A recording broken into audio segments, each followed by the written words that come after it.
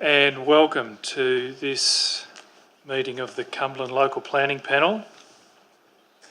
Being 11:30, I'll declare this meeting for the 28th of November 2018 open. I'll just make a few administrative announcements to start with. We haven't been overrun by the crowd wanting to get in the door. Everyone should note that this panel meeting is being recorded, both electronically and visually. That is the only formal recording that is allowed, so as tempted as you may be to want to record this on your mobile phone, I'll ask you not to do that. And that's a reminder for all of us to please turn off or turn to silent your mobile phone if you wouldn't mind. Just moving to apologies, we have not received any apologies and we have a full panel here today. My name is Stuart McDonald and I'm the chair of today's proceedings. The other panel members on my far right is David Ryan, who's an independent expert member. On my immediate right is Brian Kirk, who is an independent expert member, and on my left is Bruce Simpson, who is a community representative. Just let the huge gallery know that we've been to the sites, so we visited the sites, and we have been furnished with the assessment reports prepared by the council officers for the two items on the agenda today, as well as any written submissions that the council received during the notification period. So the panel is pretty well armed. Also, we've been briefed by the council officers as part of the site visit today. So we come forward today as a panel with all of that information, but we are here to listen to anyone who wishes to address the panel. I'll move on to disclosures of interest. Does any panel member wish to declare an interest in any item? Simpson, Community Representative. I was just make a disclosure.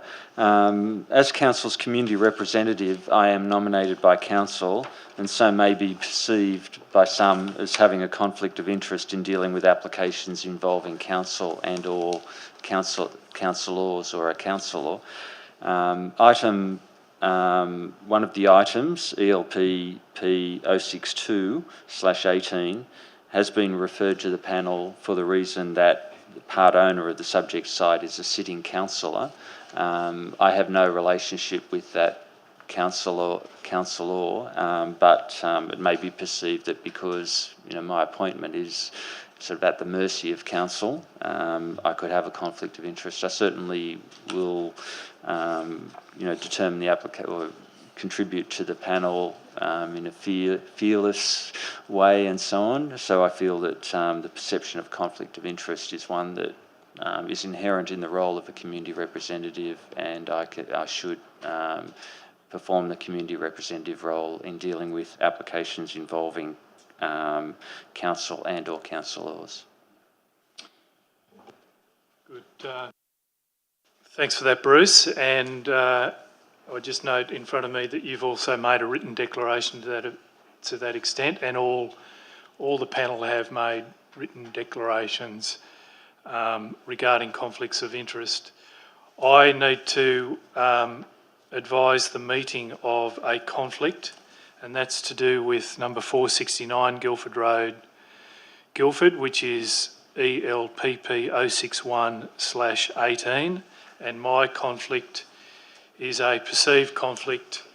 The architect who is here, Mr. Hanson from Bureau SRH, his firm is involved in a development matter for which we are the planners for a client, a mutual client. So although it's nothing to do with Cumberland or anything to do with this application, there is that professional relationship. I wish to state that publicly. I've also stated in writing, and as a result, I have not taken any part and will continue to take no part in the discussion or consideration of that matter, and will absent myself that item as the panel considers it. My colleagues on the panel have selected Mr. Ryan to be the acting chair for that matter, so I'll hand over to him at the appropriate moment. I will just continue with a few other housekeeping matters and administrative matters before we get to the items proper. Any person who's making a submission today who should declare any political donations that they have made. That's a matter for anyone who's going to address the panel. The two items today I should have announced earlier are 469 Guildford Road, Guildford, and the second one is 9 Wainwright Street, Guildford. The list of speakers that we have today are Jonathan Wood, planner, and Simon Hanson, architect, for 469 Guildford Road. We also have listed Mr. Lex Yuan. Is Mr. Yuan coming along as well? He's on the way? Yep. Thank you. So Jonathan and Simon, you'll have 3 minutes each to address the panel, and likewise with Mr. Yuan if he gets here in time. We're also assisted here today by council officers, and right on cue, he's arrived. The panel may, once you've spoken, the panel may have questions of you, so please just linger there a little longer after you've finished your presentation, just in case there are questions.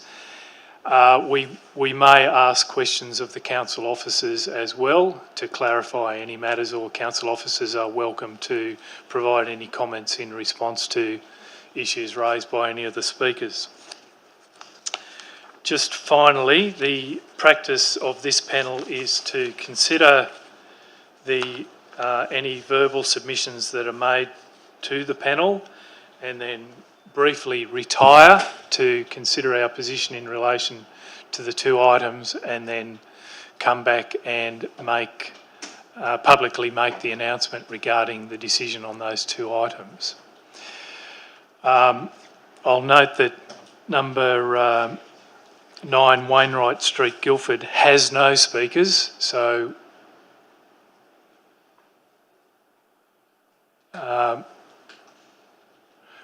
assuming no one turns up for that matter, we won't be. We'll go straight into retirement to consider that one as well. All right, we'll move on to item number 1, which is 469 Guildford Road, Guildford. So I'll hand over the chairing of this matter to Mr. Ryan. Thanks, Mr. Ryan, and I'll make an exit to the back. Thank you. Thank you, Mr. Chair. As indicated, this is item 6118, DA for 469 Guildford Road, Guildford. The proposal seeks to amend. Proposal as amended seeks approval for demolition of existing structures and construction of a 2-storey, 11-room boarding house accommodating 19 lodges, 6 cars and 3 motorcycle parking spaces under the affordable rental housing SEP. As the Chair said, we have 3 speakers registered, and we now have 4 people in the room. I'll just check that you're not wishing to speak. Okay, thank you. Okay, so any particular order you wish to speak in? I think, given there's 3 of us speaking, it might make sense for myself and Simon just speak together on it. That's fine. Come forward.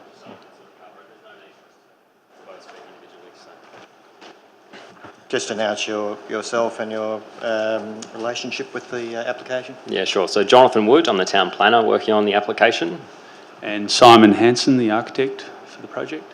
Yeah, so we registered to speak, or I did, mainly in response to whether there were going to be any objectors who might speak on the matter, so I don't have a whole lot to say. We've obviously read the report. We've worked fairly closely with the council through the process, and you've had the benefit of the timeline and the history of the application, so there's been quite a bit of work and change through the process, particularly around the car parking and the density of the development.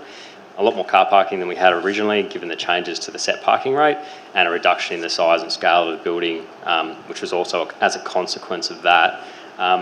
Reading the report, reading the conditions, generally we're fairly comfortable with the content of the report. There was one thing that we wanted to ask the panel to consider in their deliberations, and that relates to, so I'll touch on a couple of things. Simon has a couple. We'll sort of bounce between the two. But primarily, my thoughts were in relation to rooms 9 and 11, which are the first floor rooms that are facing number 208 Chetwynd Road.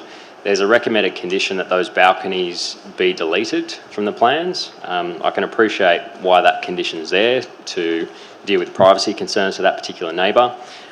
We'd actually seek that, rather than deleting it in its entirety, that the panel consider whether or not, say, a Juliet-style balcony may be something that might be able to be entertained in that area. We already have a privacy screen applied to those first floor balconies, and we don't want to create a usable space. We don't want people to hang out there, but having a Juliet balcony will sort of make it feel as though that space is a little bit larger, give it a bit more amenity than simply just closing it off with a window. So we'd like the panel to consider that. I'll probably just hand over to Simon, and then we're happy to respond to any questions that the panel may have.